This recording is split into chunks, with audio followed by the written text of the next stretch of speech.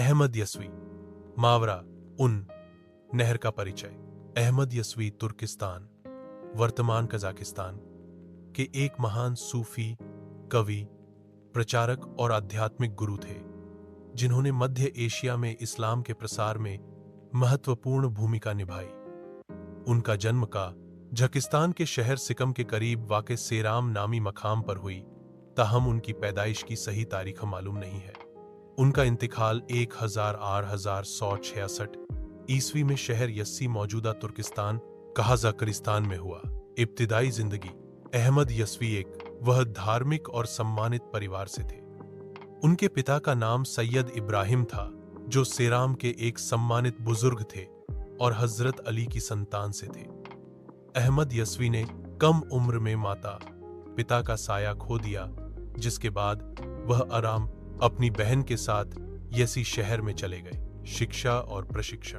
अहमद यस्वी ने प्रारंभिक शिक्षा प्रसिद्ध सूफी संत अरसलान बाबा से प्राप्त की, जिनकी सेवा में वे 16 साल तक रहे। अरसलान बाबा की मृत्यु के बाद उन्होंने आगे की शिक्षा के लिए वह बुखारा चले गए, जहां उन्होंने प्रसिद्ध सूफी यूसुफ हमदानी से आध्यात्मिक प्रशिक्षण प्राप्त किया।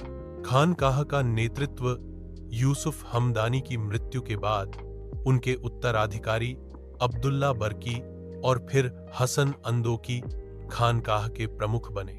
1160 ईस्वी में हसन अंदोकी की मृत्यु के बाद अहमद यस्वी को खानकाह का प्रमुख नियुक्त किया गया।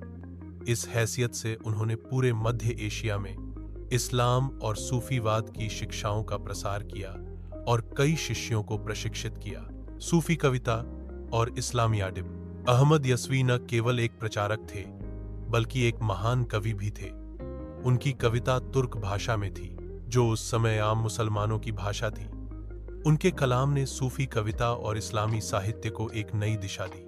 उनकी रचनाएं रूहानियत, नैतिकता और तौहीद पर आधारित थीं और अवामुल नास के दिलों में घर कर जाती थीं। आखिरी आयाम 63 साल की उम्र में उन्होंने खुद को खानकाही सरगर्मियों से अलग कर लिया और तन्हाई में जिंदगी गुजारने लगे। वह अपनी बाकी जिंदगी जिक्र व फिक्र और इबादत में मशगूल रहे। उनका तौर जिंदगी सादगी और रूहानियत से भरपूर था। वफात और मकबरा। अहमद यस्वी 1166 ईस्वी में वफात पा गए। इब्तिदाई तौर पर उनकी कोई बाकायदा कब्र न थी। बाद में तैमूर लंग, अमीर तैमूर ने उनकी कब्र पर एक शानदार मकबरा बनवाया, जो आज कजाकिस्तान के सबसे महत्वपूर्ण धार्मिक और ऐतिहासिक स्थानों में गिना जाता है। 2000 में यूनेस्को ने इस मकबरे को विश्व सांस्कृतिक विरासत उसे घोषित किया और बाद में तुर्की ने इसकी बहाली का काम किया। अहमद यस्वी का प्रभाव। अहमद यस्वी की शिक्षाओं ने न केवल उनके जमाने में बल्कि आने वाली सदियों तक लाखों लोगों को प्रभावित किया। उनके शिष्यों के जरिए इस्लाम मध्य एशिया में मजबूती से जड़ पकड़ता गया। उनकी आध्यात्मिक परंपरा ने प्रसिद्ध सूफी कवि मौलाना रूमी और अन्य सूफियों को भी प्रभावित किया। अगर आप चाहें तो मैं उनकी शायरी के उद्धरण, उनकी शिक्षाओं या मैं उनके मुरीदों की सूची भी प्रदान कर सकता हूं।